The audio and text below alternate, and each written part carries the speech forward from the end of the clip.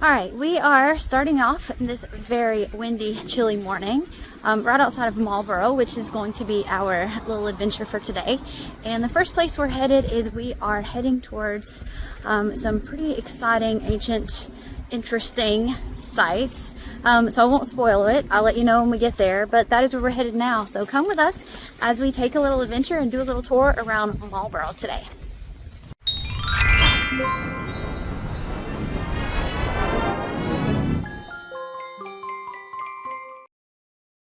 All right, the big draw to Marlborough is going to be a couple of very famous historical sites. So the first one is the Avebury Stone Circle. It's dated from 2850 BC to 2200 BC, and it is the largest stone circle in Britain. And it is so large, in fact, that I just really could not get it all in. I tried to do some panorama shots to show the various angles of the various stones, but they kind of go around this entire little village.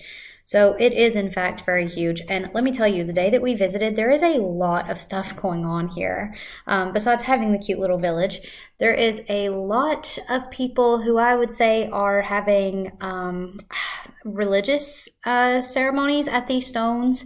So I know that they have a pretty strong pagan history and pagan tradition, or at least Stonehenge is connected with druids and things like that. But there was a lot going on this day. A lot of unusual attire, what I would call unusual attire. A lot of gatherings. So it was quite interesting to see. And not too far away from the circle is Silbury Hill, which is the largest prehistoric man-made mound in Europe. It is dated to around 2350 BC, if I remember correctly. I'm trying to remember the numbers from my research. And like many of these things, its purpose is completely unknown. So it's thought to be related to various religious or, social purposes, but nobody knows exactly. And across the road from Silbury Hill is the West Kennet Long Burrow, which is a very well preserved, it's pretty amazing tomb from, I think, around 3650 BC is the date, if I remember, and it houses at least 46 to 50 people in here, I believe. Now I'm saying I believe because there's some various sources that say different things, so these are kind of the numbers that I'm going with. But I'm going to kind of walk you through here. So there are little rooms on each side, and within each room you can clearly see that there are tombs back there. Sometimes the stones are stacked vertically, as you will see, and sometimes the stones are just in place of where there are clearly deeper chambers. Now I have to tell you, going back to what I said about the gatherings at the stone circle, this place had a lot of sort of memento, charms, things like that people had left inside, but the smell of burnt sage was just overwhelming when you came in here. And I noticed at the stone circle there were lots of gift shops that sold various incense, bundles of sage, crystals, that kind of thing. But the smell of sage was definitely strong in here, so it seemed like somebody had been in here recently burning sage. So maybe that's something that some people do first thing in the morning. I'm not sure what the ritual and process is for that, but this was a very peaceful tomb. It was, but I'm not going to lie, it was a little bit chilling as well, just to know that there's been so many people found here. I can't, imagine that this is a place that I would want to rest in forever, just because of how kind of lonely it felt. But then again, if these people that are in here knew each other and were connected in community and family, then maybe it's really peaceful for them. I hope so.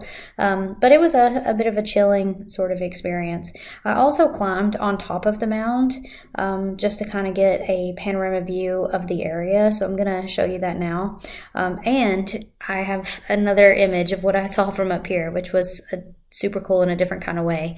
But yeah, I'm just climbing the mound here, and I'm going to give you some panoramic shots of the entire area. It is beautiful countryside, and you can see Silbury Hill over in the distance. So it's very close, but this was just absolutely beautiful countryside.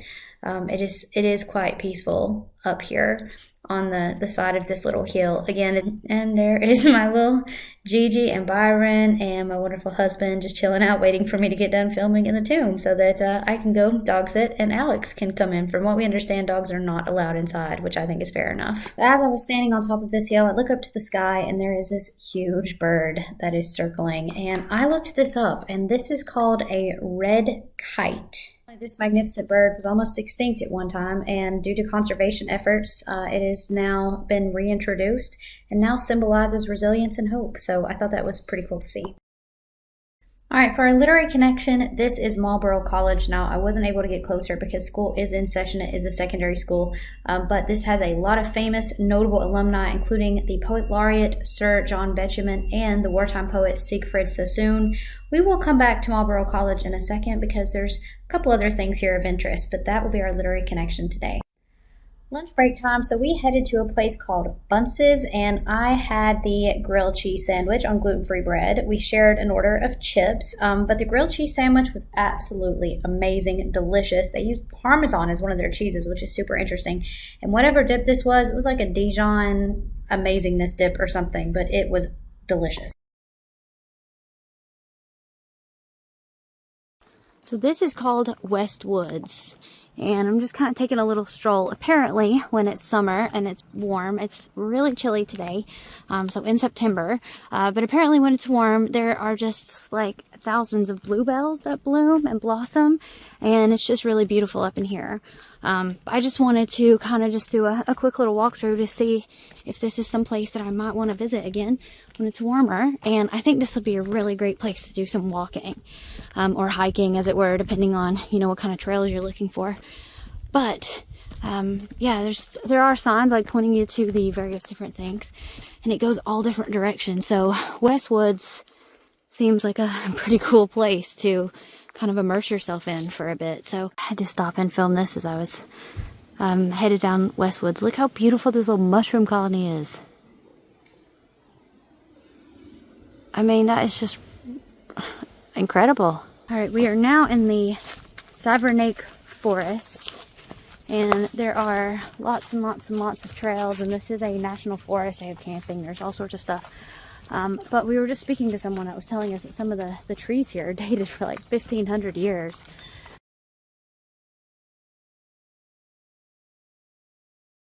So we thought we'd come and have a little look around. It's not the most beautiful day. It's pretty chilly and it's a bit gray and overcast at the moment, but I'm glad we got to check this out. Hopefully, again, just like West Woods, maybe next summer we can come and spend a bit more time here. Let's go check out this trail. So yeah, I just want to show a bit more of this forest. Like, it is a bit amazing because it just like it's completely shrouded, and it's a really cool place. I can't wait to come back here in the summer and just do a proper exploration, especially of some of this flora and fauna. But yeah, it's a really, really cool place. All right, so next we are headed back to Marlborough College. We were given permission and escorted to this site, so please be aware that is an active school that has classes. But this is called the Merlin Mound, and it is on the campus. And, well, you can see a white horse there in the background, which is also really interesting. But supposedly Merlin, the Merlin, Arthur's Merlin, is buried in this mound. And honestly, this was quite the sight to behold. I think I believe. For my pop culture call out today, like I said, Marlborough College has a lot of famous, notable residents, including Nick Drake, who is a folk singer I very much love from the early 1970s, who lived a very sad life and suffered from some pretty serious depression and died a very untimely early death. But I am a great fan, and apparently there is actually a door in this dorm room that says Drake on it, that has been memorialized for him. There is a Reddit thread where you can find a picture of that door, so I'm going to let you find that for yourself if you're interested. But it was honestly really cool to be able to see the building where he attended college here at Marlborough College.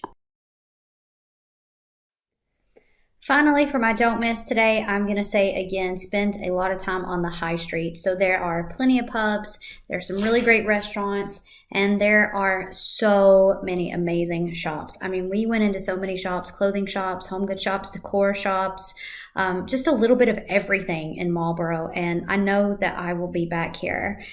We kind of went in a few places. I looked at a few things. I almost bought a sweater, I almost bought a pumpkin, not our actual pumpkin, but a decor pumpkin for my home. But as you've seen in a previous video, I am still waiting to get into my home, so I really had to stop myself in from buying more stuff. But there, look at this dress, by the way. I just, like, that iridescent dress was everything. I actually said to my husband, is there anywhere we can think of where I can wear this? Which obviously there isn't. But yeah, the shopping in Marlborough is really, really good, so I highly recommend you spend some time there. And that concludes my tour and explore of Marlborough. So let me know in the comments down below what you thought, if this is some place that you might like to visit, what you thought of some of the ancient historical sites, etc. And also, I would love recommendations for where you guys would love to see me go next. So thanks a lot for watching, and I'll see you guys in my next video. Bye!